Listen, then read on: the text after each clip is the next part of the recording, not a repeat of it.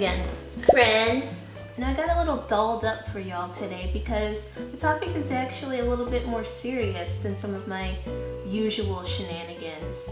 Now, there will still be shenanigans in this video, so don't worry. But today is a little bit more serious. I even have some notes here. This is how serious it is. I need to collect myself. Okay, I think I'm collected. Yeah, let's do it.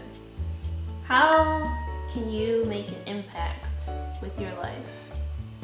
This is the question that I've been asking myself literally for years, and I feel like every year it's a different answer. And that's okay, but overall it comes back to, does my life matter? What is it that I'm doing in the world that's making a difference or having an impact?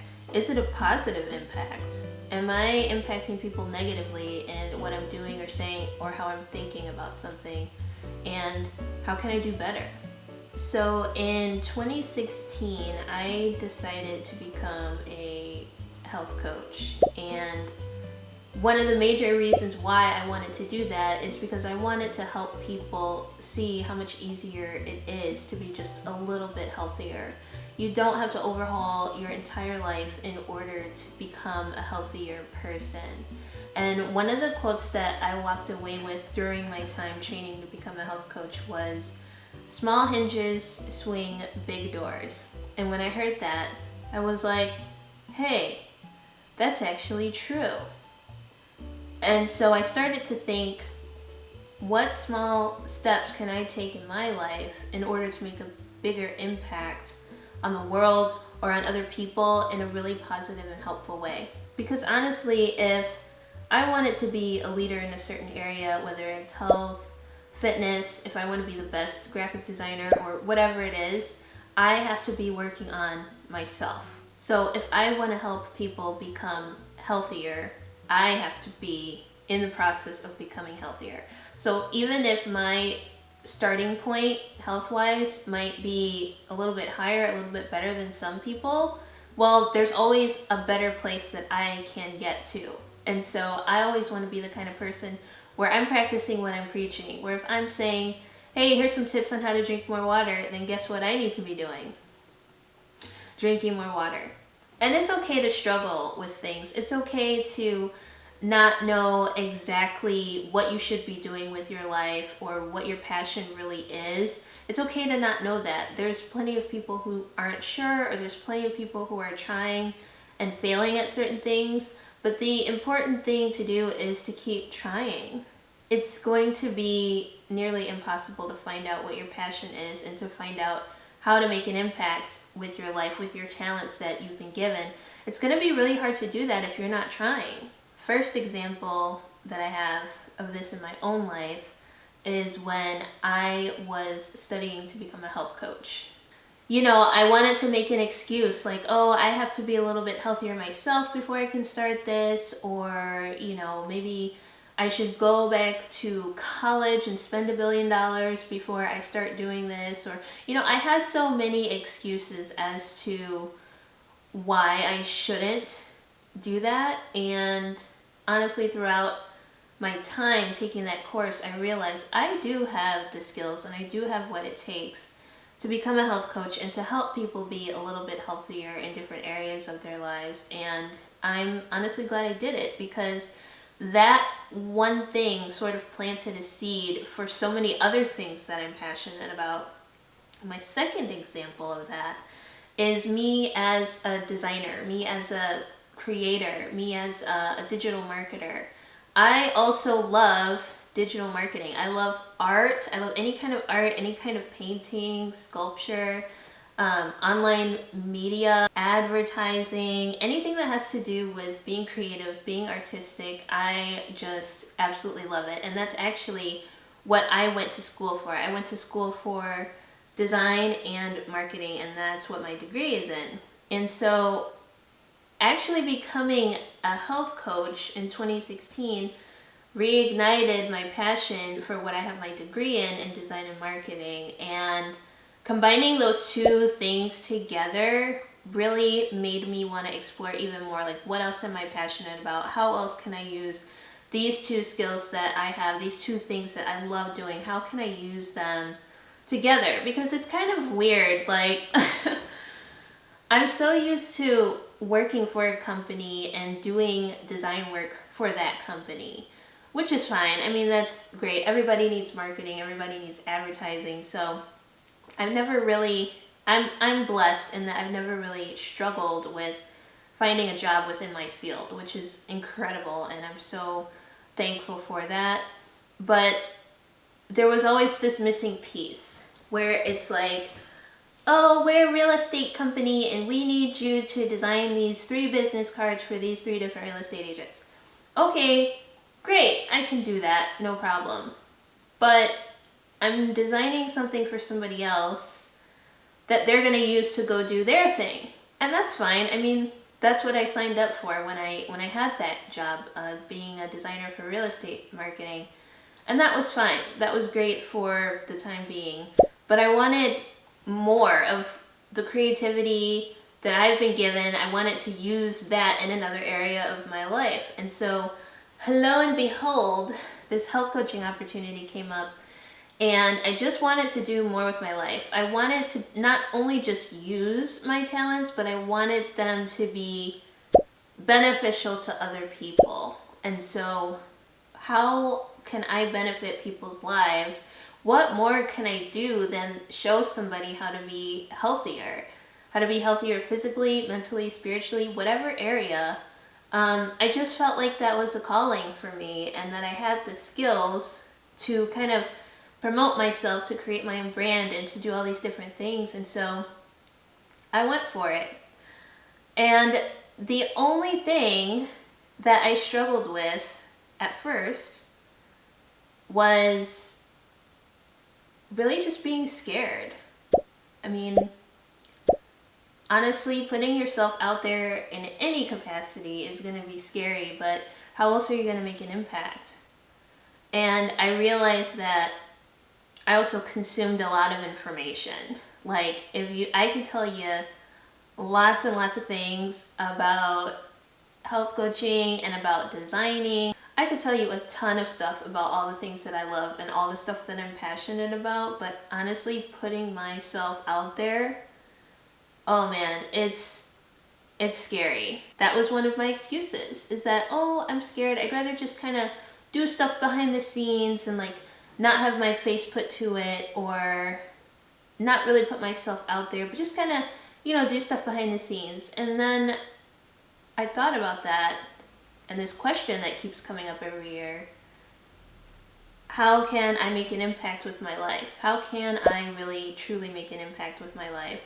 Well, I can't really do that behind the scenes. I have to be front and center. I have to be helping people. If I want to help people, I have to be in front of people.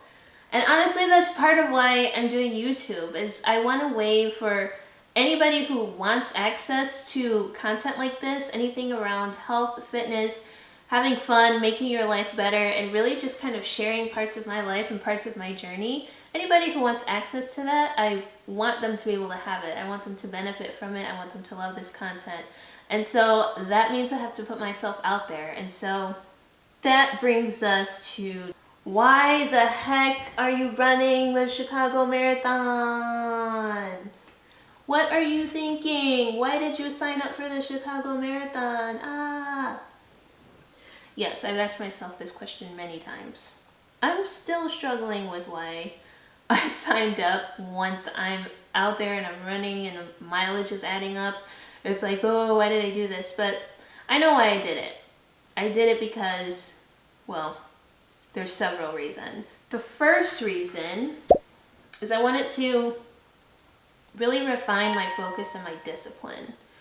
So ever since the plague of 2019, I've been very consistent with working out and focusing in, honing in on my diet, and just making sure that when the world went nuts, that what I did, the things I did for myself and my routine didn't go completely nuts too. So yes, the gyms were closed, everything was closed, but thankfully I have equipment here. I have my own gym in the garage, and it was just a blessing to have that. But so it's like I had these tools, but I have to use the tools that I've been given.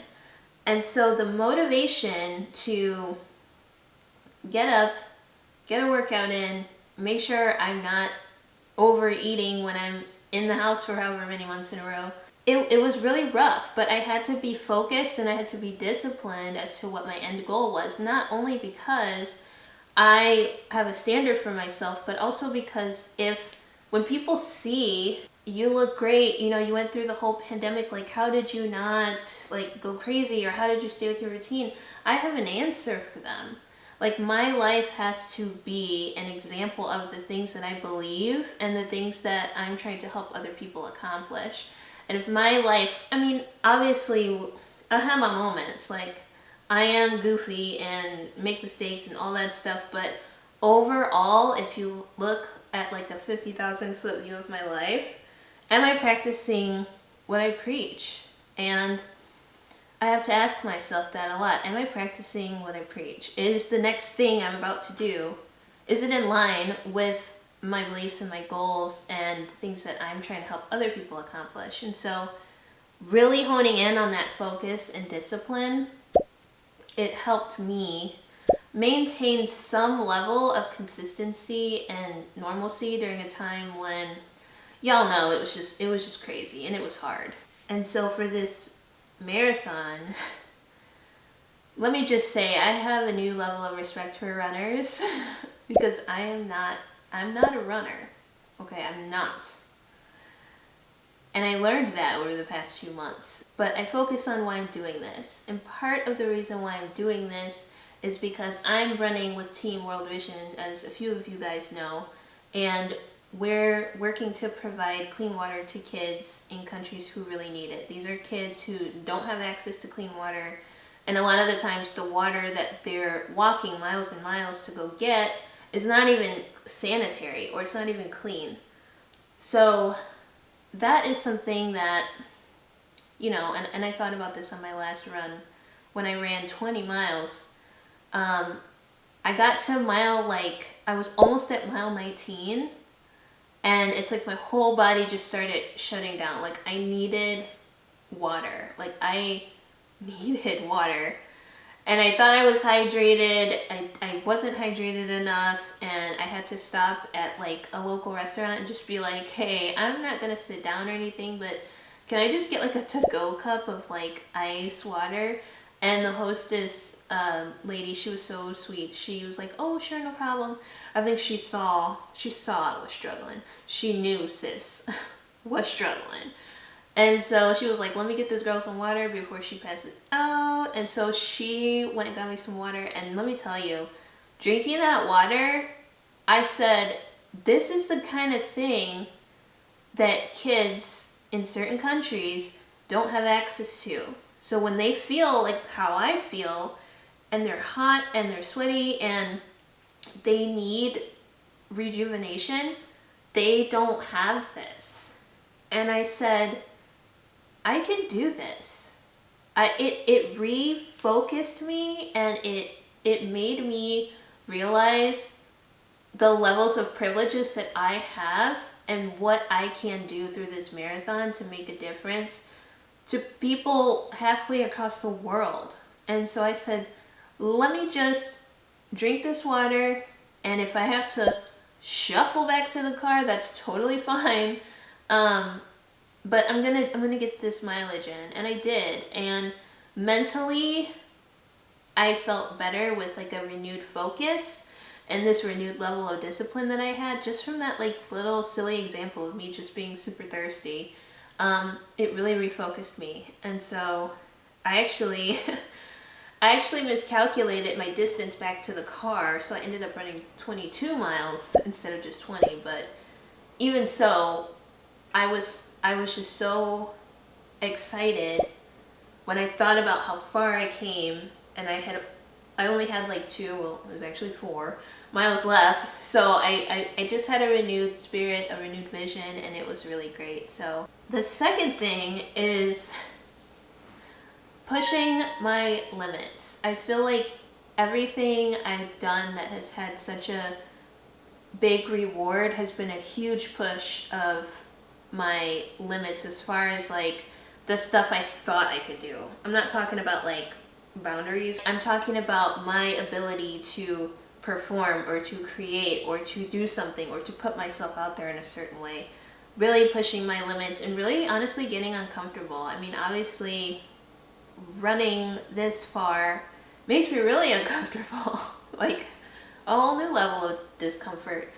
But to look back and to know that I'm pushing my limits, I'm doing and accomplishing things, I'm not giving up, I'm not making excuses, pushing my limits, it really fuels me to do even more. And that improvement that I talked about before, where else can I do better? Where else can I improve? How can I push further?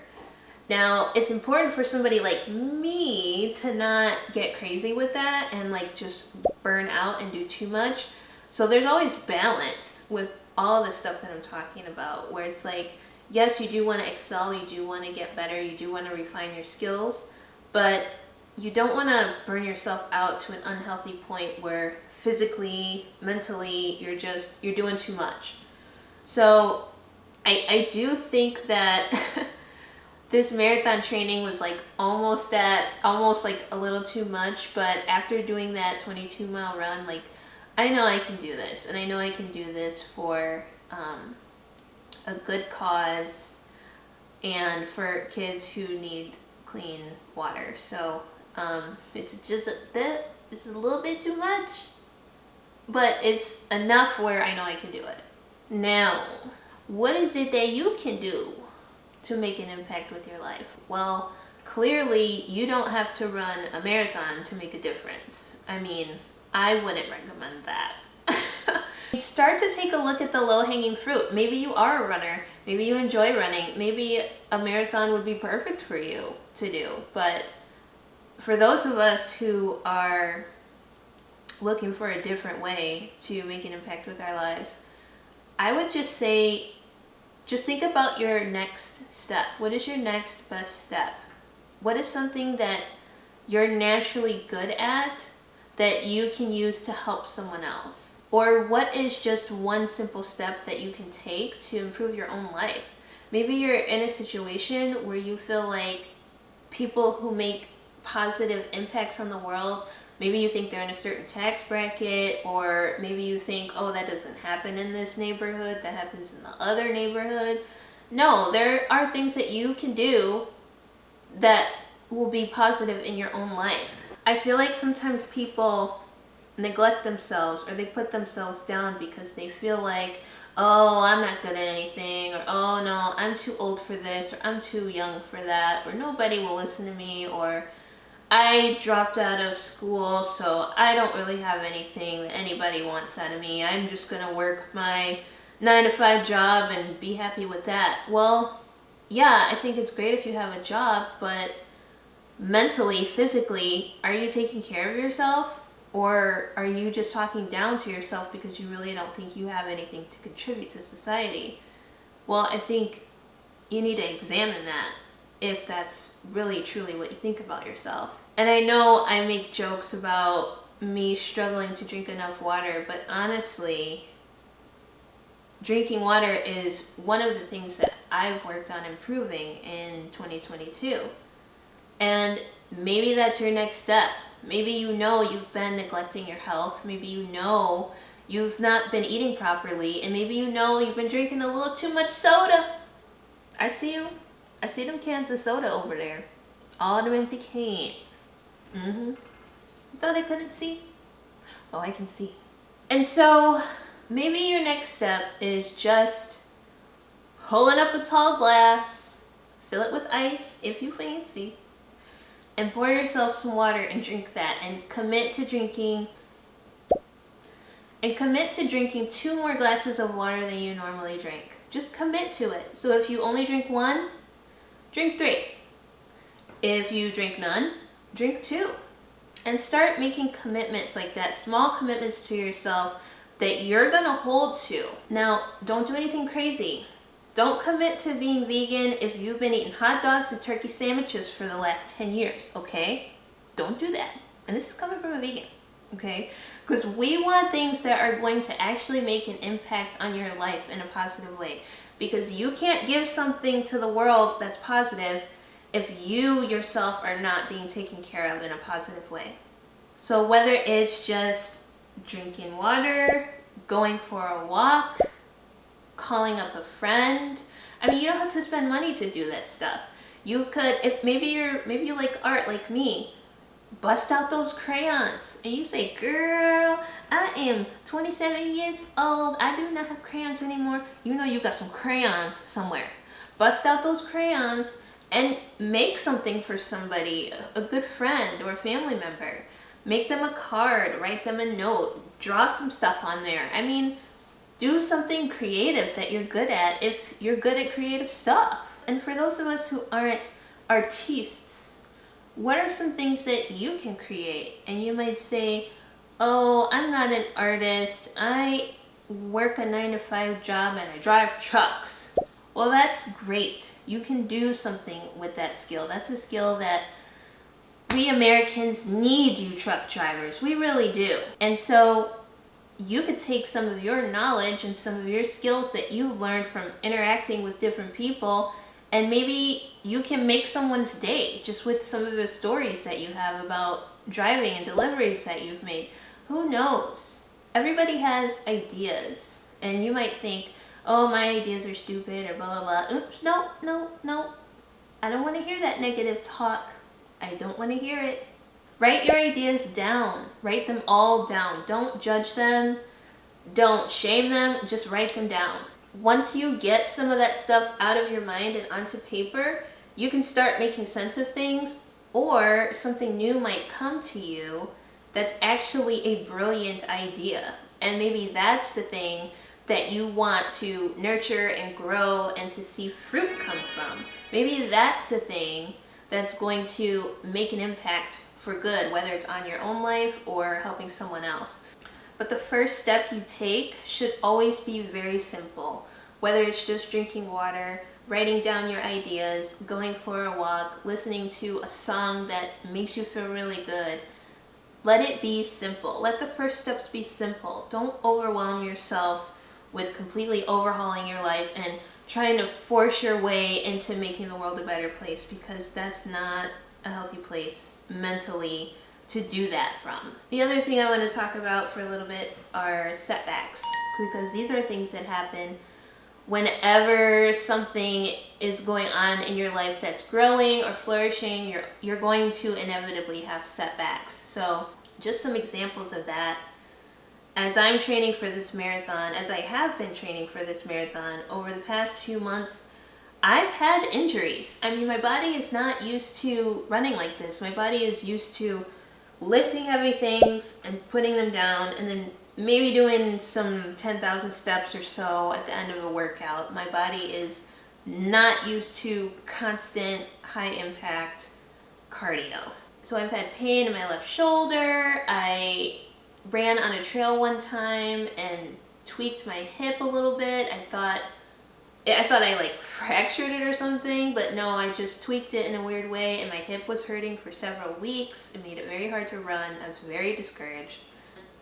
My left knee sometimes tweaks a little bit and it hurts a little bit, and then it kind of bothers my shin and so on and so forth. And so these 3 injuries, it's like they're things that they're a lot better now that I've been learning how to stretch properly for running, learning how to, making sure I'm eating enough before and after, making sure I'm resting enough, making sure I'm getting my vitamins in. So they're a lot better now, but I do know that they creep up. And so the first thing to do is to be aware of the setbacks and to not necessarily be completely squashed when they happen, because the setback is really there to set you up for something greater in the future. So now that I know, hey, if I don't run properly, my left shoulder's gonna hurt. If I hang my head a certain way or start to be a little bit crooked, my shoulder is gonna hurt. Or if the way my foot is hitting the ground isn't right, I know that might irritate my knee. It might be a little bit too rough on my knee, so I need to pay attention. I need to be aware of what I'm doing. And so any setback that's coming into your life, how is it helping you grow? Like, we don't want setbacks, of course we want things to be easy, but how are setbacks helping you grow? What perspective can you take that will help you see these setbacks as setups for you to be better in the future? Important point, don't be your own setback. If it's something that you're passionate about and it's something that you want to do, don't put yourself down. One thing that really helped me when I started this YouTube channel is learning how to create and not just consume. So you know that lovely app called Screen Time for all of my fellow iPhone users? Yeah. When I realized how much time I was spending consuming content, whether it's on YouTube or Instagram or whatever other apps you use, I said, oh boy, yeah, that's a lot. And so what I was taking in was way too much than what I was actually creating. Now, you don't have to become a YouTuber in order to create, obviously, but what are just things that I enjoy doing that I haven't done because I've been too busy consuming? Well, baking, coming up with new recipes, exercising, so many other things that I could be doing more artistic stuff, painting, home redecorating, looking for plants, chasing squirrels down the sidewalk, trying to find chipmunks, chasing bunnies. I have a lot of like strange habits that involve like woodland creatures and stalking woodland creatures. But anyway, it doesn't matter what you enjoy doing. Are you consuming way more than you're creating, whatever that means for you? Is your consumption of media, is it way out of proportion to your hobbies and things that you enjoy doing on your own time? So obviously that doesn't mean don't consume anything. I want you to still subscribe to my channel if you find these things beneficial.